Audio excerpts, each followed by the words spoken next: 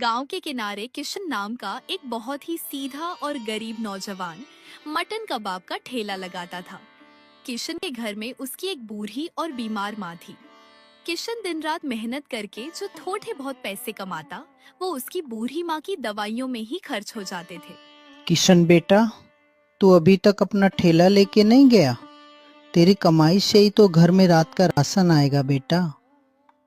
क्या करूं माँ, आज सुबह सुबह मेरा वो पुराना मिट्टी का चूल्हा बीच से टूटकर बिखर गया।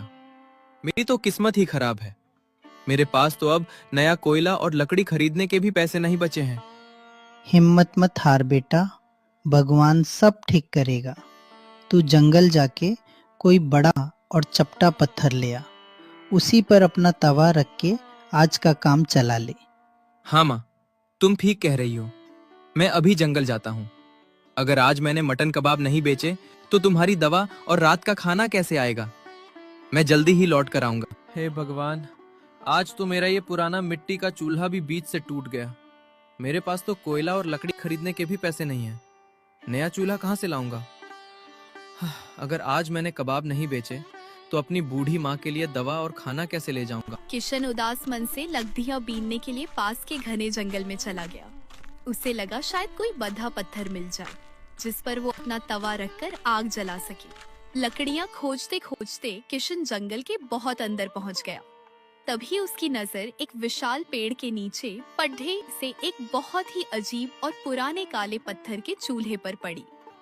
उस चूल्हे पर अजीब सी जादुई लिपियां, मैजिकल सिंबल्स बनी हुई थी। अरे, इतना भारी और अनोखा पत्थर का चूल्हा इस वीरान जंगल में किसने छोड़ दिया? चलो, इसे ही साफ करके आज का काम चला लेता हूँ। किशन ने जैसे तैसे वो भारी चूल्हा अपने ठेले पर रखा, लेकिन हैरानी की बात ये थी कि लाख कोशिश करने के बाद भी उस चूल्हे में आग नहीं जल रही थी। तभी वहाँ से एक बहुत ही भूखा और कमजोर साधु गुजरा। बेटा, भगवान तेरा भला करे। मैं कई दिनों से इस घने जंगल में भटक रहा हूँ और भूख के मारे अब मेरे प्राण निकल रहे हैं। मुझ में एक कदम भी चलने की हिम्मत नहीं बची है। क्या इस गरीब और लाचार साधु को थोड़ा सा कुछ खाने को मिलेगा बेटा? मेरी अंतड़ियां भूख से सिकुड़ गई हैं। अरे बाबा, आप ऐसे हाथ मत जोड़िए। मेरे इस पुराने चूल्हे में आग तो नहीं जल रही है और पकाने का कोई सामान भी नहीं है। लेकिन मेरे पास ये 2 कच्चे मटन कबाब बचे हैं जो मैंने अपनी बीमार और बूढ़ी माँ के लिए रखे थे। आप ये कबाब खा लीजिए बाबा, आपकी भूख मिटना ज्यादा जरूरी है। मेरी माँ कहती है कि किसी भूखे को खाना खिलाने से बड़ा कोई धर्म नहीं। मैं और मेरी माँ तो एक दिन रूखी रोटी खाकर भी गुजारा कर लेंगे। पर बेटा, तेरी माँ तो बीमार है। अगर तूने ये मुझे दे दिए तो वो भूखी रह जाएगी।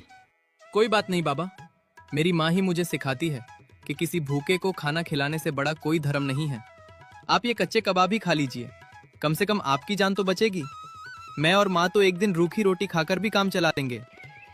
किशन के इतना कहते ही वो साधु मुस्कुराया और एक तेज रोशनी के साथ अचानक हवा में गायब हो गया।